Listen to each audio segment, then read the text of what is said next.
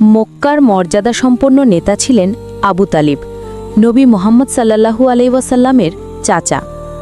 তিনি ছিলেন অত্যন্ত দয়ালু, সৎ ও সাহসী মানুষ। ছোটবেলায় নবী সাল্লাল্লাহু আলাইহি ওয়াসাল্লাম ইতিম হয়ে গেলে তিনি তাকে নিজের সন্তানের মতো লালন পালন করেন। সময় কেটে গেল। যখন নবী মোহাম্মদ সাল্লাল্লাহু আলাইহি ওয়াসাল্লাম আল্লাহর পক্ষ থেকে নবুয়াতের দায়িত্ব পেলেন, তখন মক্কার কাফিররা তার দাওয়াতকে কঠোরভাবে বিরোধিতা করতে লাগল। তাকে অপমান, উপহাস, অত্যাচার সব কিছুর মুখে ফেলেছিল। কিন্তু এই কঠিন সময়ে একজন মানুষ কখনো তার পাশ ছাড়েননি। তিনি হলেন আবু তালিব।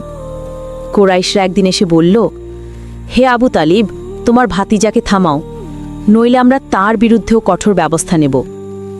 আবু তালিব চিন্তিত হলেও তিনি নবী সাল্লাল্লাহু আলাইহি ওয়াসাল্লামকে ডেকে বললেন, বাবা, তোমার জন্য গোটা কুরাইশ আমার বিপক্ষে হয়েছে, তুমি চাইলে এই দাওয়াত কমিয়ে দিতে পারো। নবী মোহাম্মদ সাল্লাল্লাহু আলাইহি ওয়াসাল্লাম শান্তভাবে বললেন, চাচা, তারা যদি আমার ডান হাতে সূর্য আর বাম হাতে চাঁদও দিয়ে দেয়, তবুও আমি আল্লাহর দাওয়াত ছেড়ে দেব না। এই কথা শুনে আবু তালিবের চোখে পানি চলে এলো। তিনি নবী সাল্লাল্লাহু আলাইহি ওয়াসাল্লামকে শক্ত করে জড়িয়ে ধরে বললেন, বাবা, যাও, তোমার দাওয়াত চালিয়ে যাও। তোমাকে রক্ষা করতে আমি যতদিন বেঁচে আছি, কেউ তোমার দিকে হাত তুলতে পারবে না।